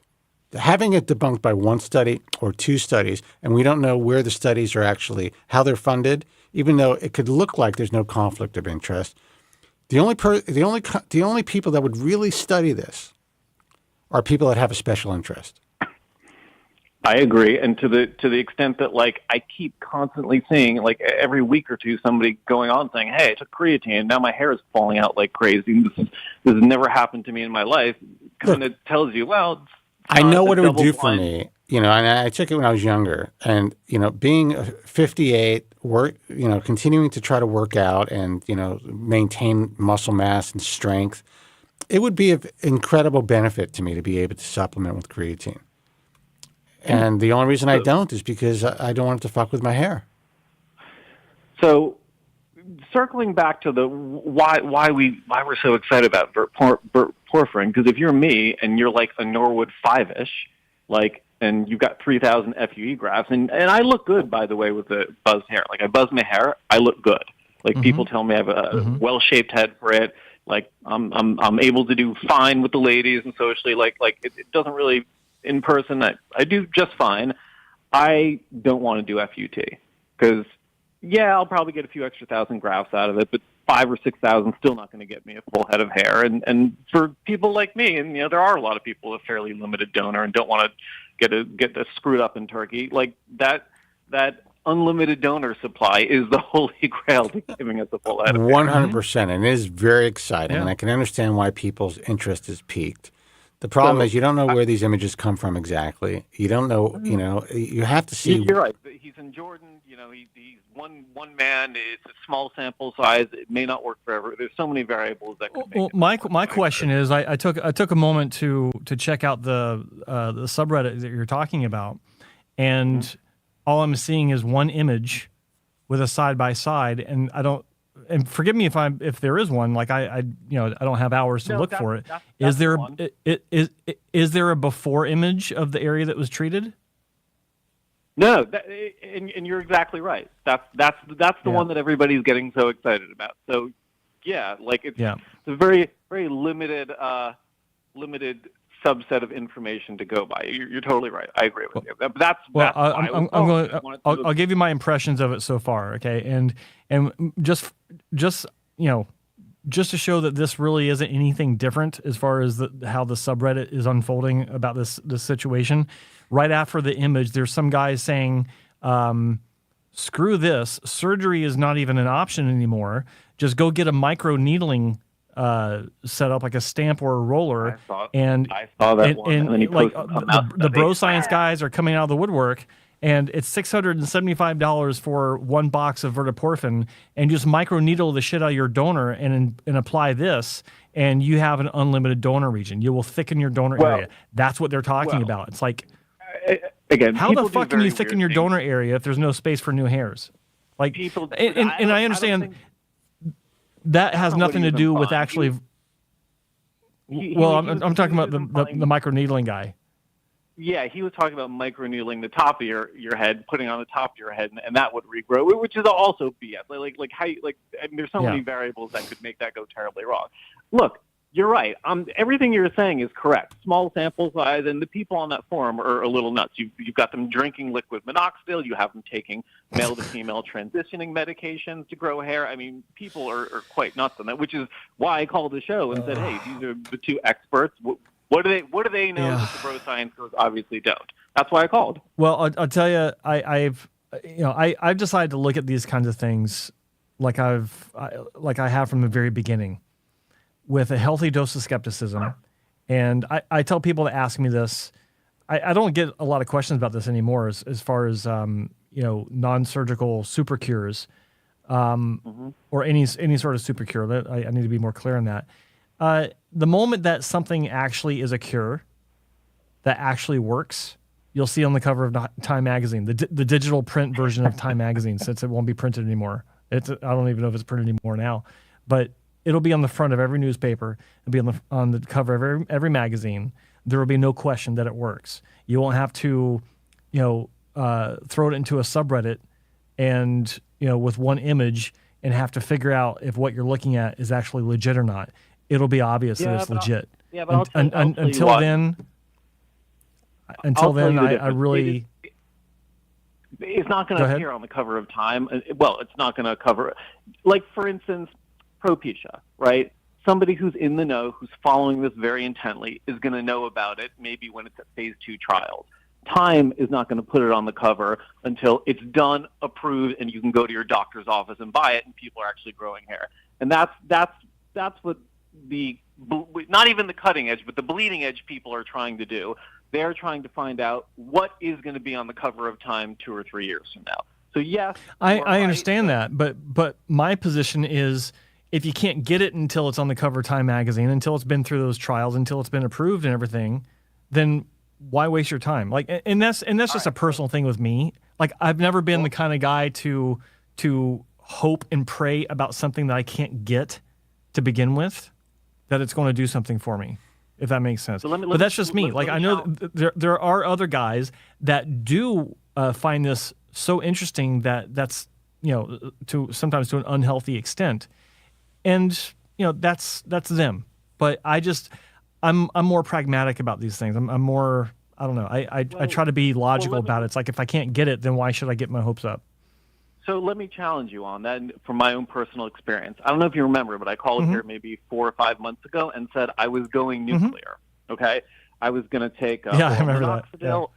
Okay, all right. So we had a nice conversation several months ago. Let me give you the results. Yeah. I went off on a European vacation for a month, so unfortunately I got good results and I forgot my meds, and then I didn't take it for a month. But I will tell you that I've gotten, since I got back on a couple months ago, substantial results. I quit the oral minoxidil because I was taking 2.5 milligrams. It was giving me chest pains. I didn't like it. So I have been on oral dutasteride, 0.5 milligram a day. I've been on RU 588451, which I do about 0.5 milliliter. It's 5%. I buy it, from one of these sketchy websites that probably sources their RU 58841 from China. And I do microneedling once every 2 weeks based off of like the Follica trials. And then right after, I'll put minoxidil and a topical dutasteride solution on. I'll do that once every 2 weeks. And I will tell you that my previous regimen had plateaued. So my previous regimen, I was doing only FDA-approved stuff. I was doing topical minoxidil, microneedling. I was doing oral finasteride 1 milligram a day, and I was doing topical finasteride minoxidil solution 1 time a day. And then once I went nuclear with the RU58841 and the oral dutasteride and the microneedle and topical dutasteride, I've gotten much more regrowth. I'm not going to get a full head of hair, nowhere near close to a transplant because I'm starting from a Norwood 6, but the hair loss, witching, and the buying sketchy chemicals over the internet based off of phase 2 trials that never got on the cover of Times has given me results with at least, I mean, I don't know what's going to happen. I don't know if I'm going to die of cancer 20 years from now from all this stuff I'm taking. But as of now, I have gotten 0 side effects. Okay, let me ask you this question. Dutasteride. Were you taking that before or after you went nuclear?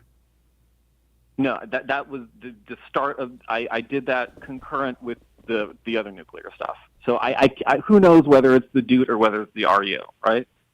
Well, there you go. That's my whole point. That's why I talk about not throwing the kitchen sink, not going nuclear like you did. Like, it may work for you. In your case, it did, but you don't know which one actually. It may be a little bit of everything, or maybe one thing, or it might be a few things that you're taking. Sorry? I think the RU is helping, and I'll tell you why. Because when I was on vacation for a month, I left the RU at home, and I had enough DUT that I brought with me to take it every other day. And DUT's got a long half-life, so for the most part, it probably stayed in my system. And that's when my results kind of like deteriorated when I was gone for a month. And then I had to order RU because I couldn't find it when I came home. So my results did not start getting, like, they actually started to degrade a little while I was not on the RU for a month and a half. So I do attribute definitely some of that to the RU. And one fair enough. I'll give you. But before you do, let me throw my thought on this, okay, on what you just said. Let's say for argument's sake it is working for you. RU, congratulations. But the problem with RU is you don't know what's in it.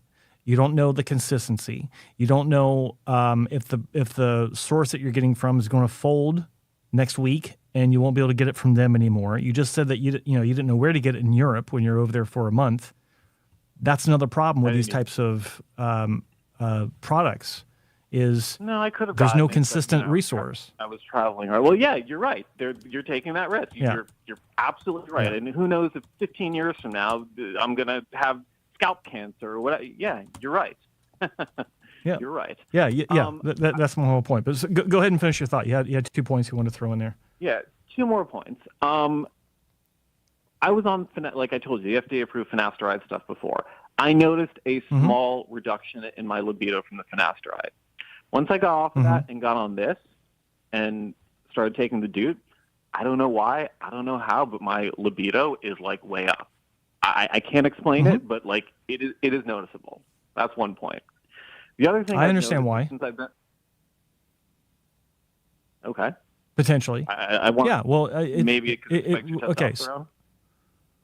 Well, it doesn't spike your testosterone. It reduces more of DHT. Therefore, you have more free flowing testosterone in your system. It doesn't increase testosterone. It just means less of it's being converted, even compared to finasteride. Because with finasteride, you're looking at give or take 60 some odd % reduction. With dutasteride, you're looking at 80 to 90 depending on who you're speaking to % reduction. So that difference, assuming both were working properly, could be the reason why you had that increase in libido. Yeah, makes sense. Fair enough. Yeah. Makes sense. And then the second, and I don't know, like I've not studied this. I've not done any sort of experiments to figure it out. But it just makes sense to me. It's just logical. But continue. Maybe. I mean, I've been doing a hormone blood test. The next time I get it done, we'll find out what it really did. And the next thing Let us know. And I've really noticed this. Since I got on this dutasteride, and since the RU, my donor area in the back has been thickening. Like, I could tell over the course of the last 20, 25 years, it wasn't what it used to be. Like, the nape was thinner, like the donor area, it was just thinner. It's like almost like I'm 18 again with the donor area. It has gotten ridiculously thick. So yeah, my donor thickened up after I started finasteride. So for anybody that says, "Oh, these donor areas aren't perfect," or "I'm going to get a hair transplant, I'm going to stop the DHT blockers," man, like they they affect all the hairs on your scalp, not just the ones on the Yeah. top. I would tell Valuable anybody lesson. that to stay on them. Valuable Yeah. lesson. Absolutely valuable lesson. That's 100% true. Like I didn't even realize it myself. Dr. Wong had walked in. It was my 9-month follow-up for my first repair surgery. I was there for just so he could check out my results and document it. We could talk about a second surgery. And before he even started speaking to me, he had walked up, from behind me because that's how he exits or enters the office. And he came around and he said, "Your donor area looks thicker," without even examining me. And then he confirmed it, under closer examination. And the only thing I'd done was I had started finasteride 9 months prior.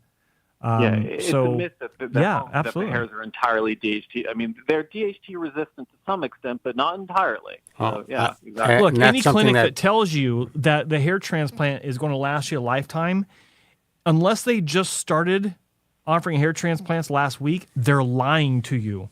Liar, here we go, liar, pants on fire. Look, I've always been, and I've been adamant about this. I always believe that anyone who's going to have a hair transplant really needs to be on medication. And it's been a tremendous advantage, especially to those who were not afraid to take it back in the late 90s and early 2000s. Because we just saw, that's really when results really started to be more consistent.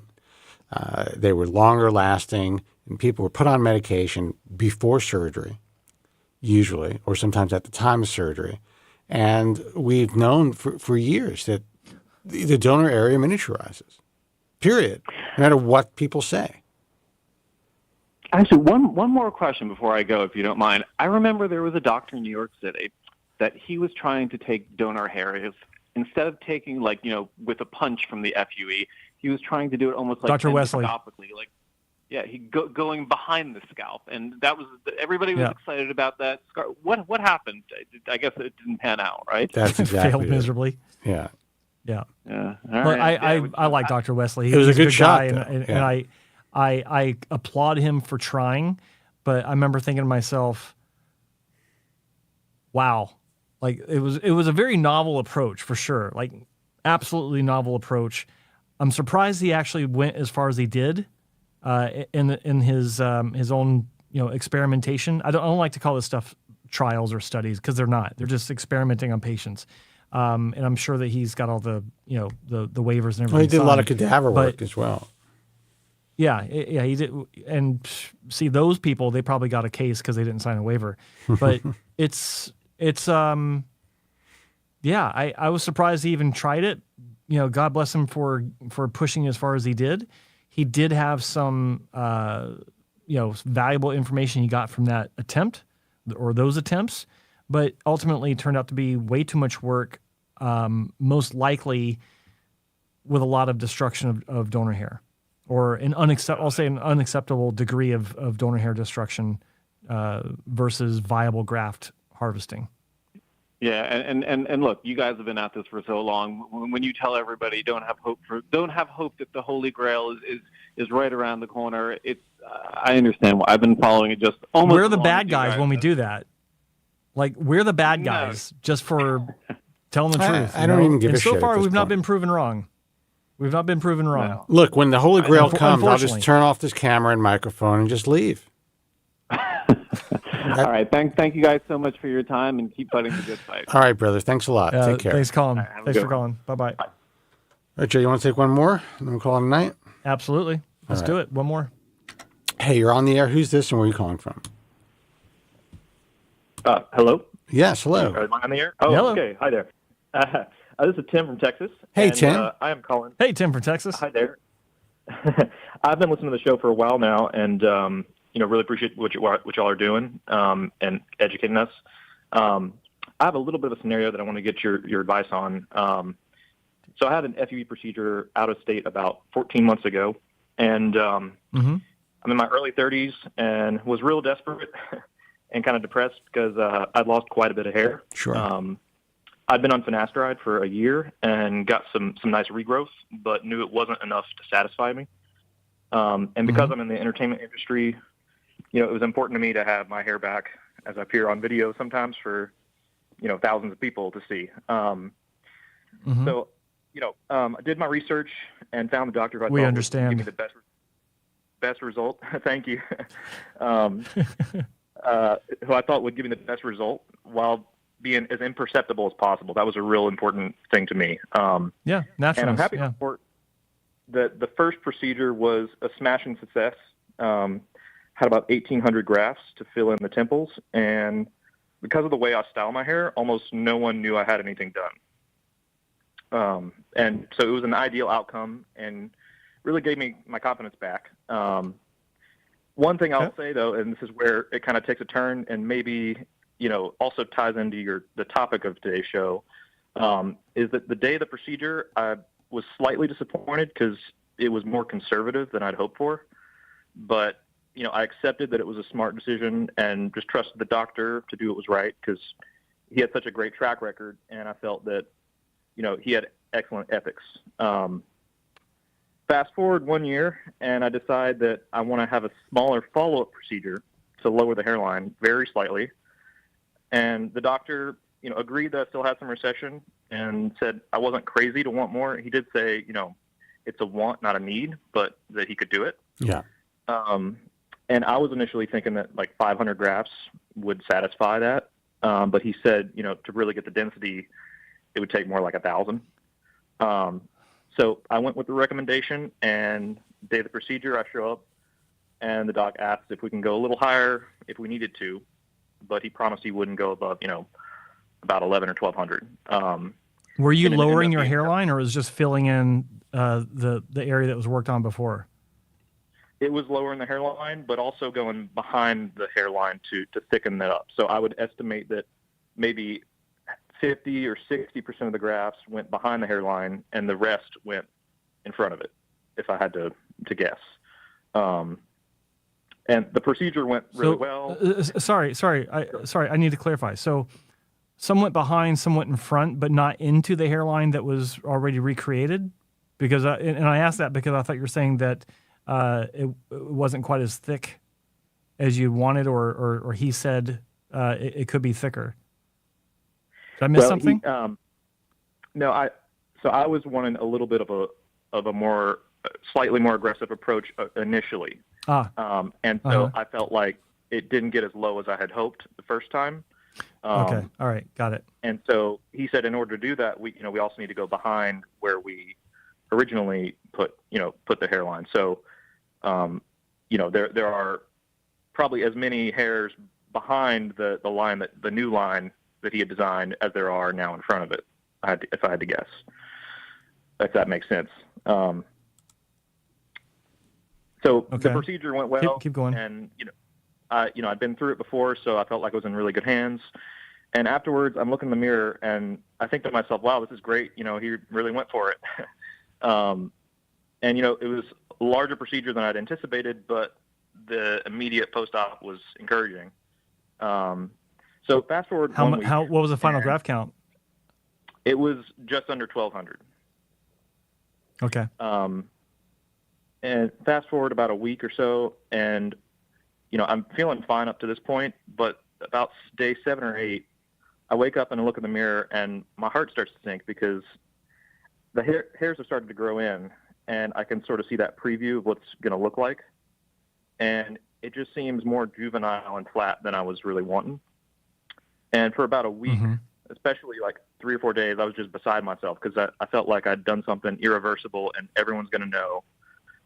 And, it's just too youthful. I'm now 3 weeks post-op, and I'm feeling quite a bit better. The scabs have come off. Okay. And some of the hairs fallen out, so it's looking thinner and more normal, like skin, instead of just black. And that first few weeks after the surgery, when you do have the scabs, actually, and sorry to jump in, but yeah, the most common complaint I would get from a patient 1 month after surgery is that it's not going to be as dense as they thought it was going to be.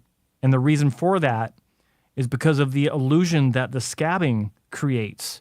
When the scabbing is all over the, whatever area that was worked on, you're not seeing skin, and it's dark, and it makes it look thicker than it actually is.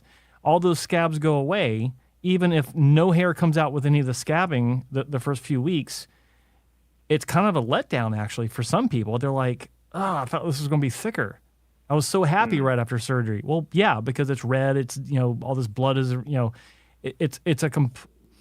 I think actually that needs to be discussed a lot more before surgery than it is, so that people are less affected by that. But sorry, I had to throw that in because it was a interesting realization that you came to. So continue. You're 1 month or 3 weeks after surgery. You're feeling better about it. Continue. No, I appreciate your commenting on that. So yeah, I'm feeling better about it. It's maybe I'm just getting used to it more, but I realize it probably seems a much bigger deal to me than anyone else. And I know 1,200 grafts isn't a huge amount, but I'm feeling some regret.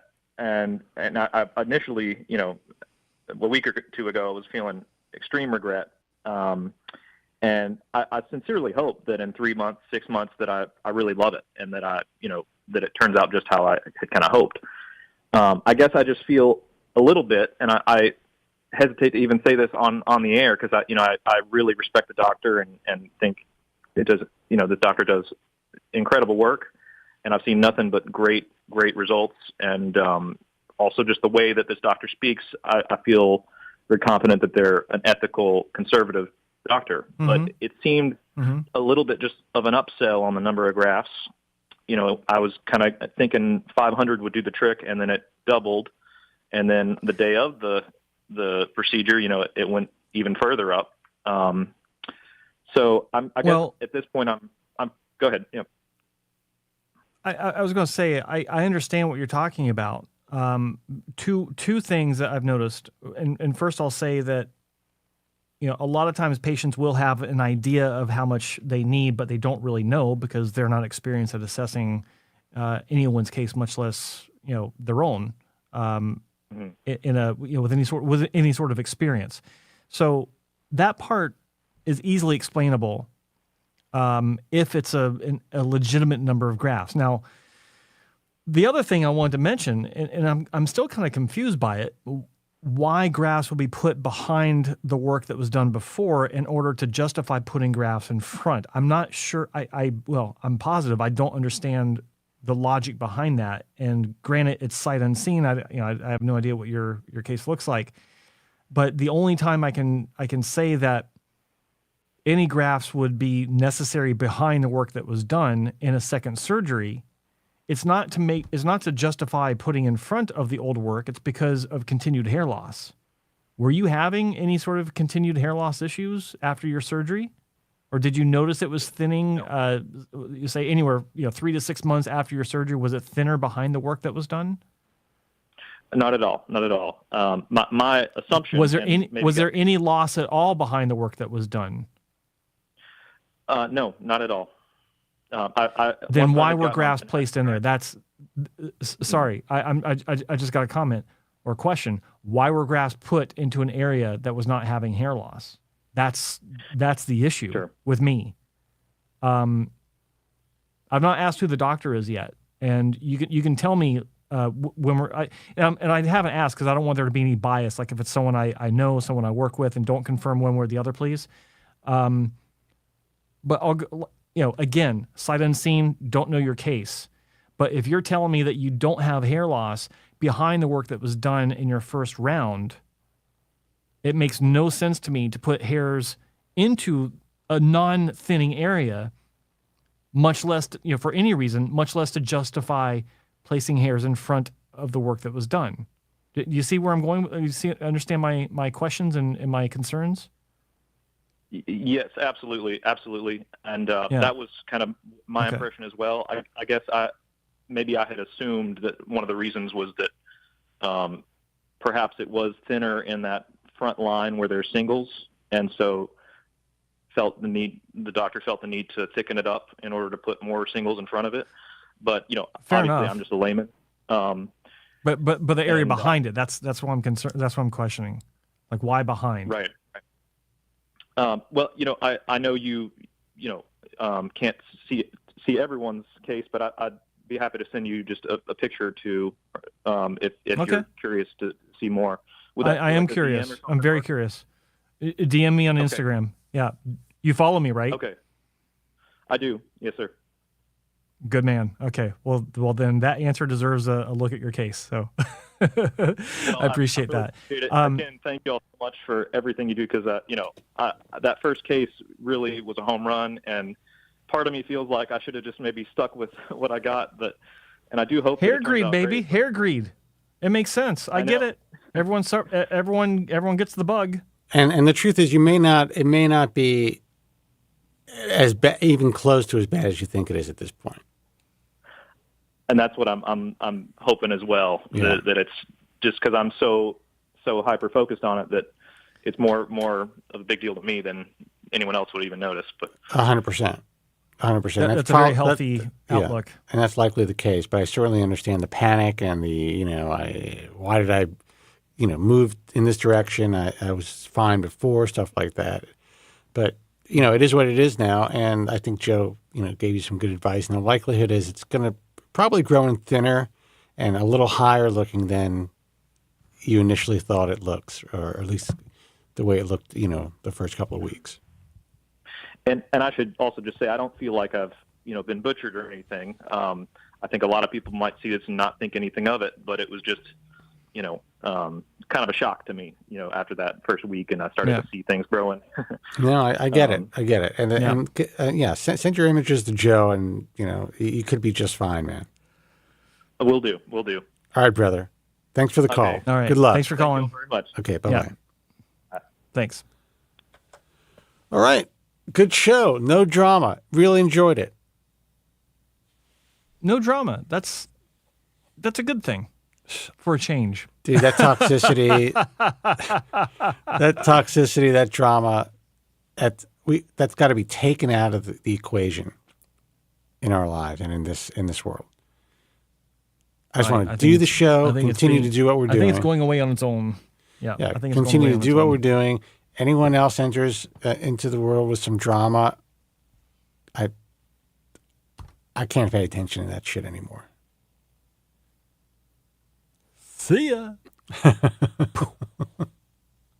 That's the way I look at it. Yeah.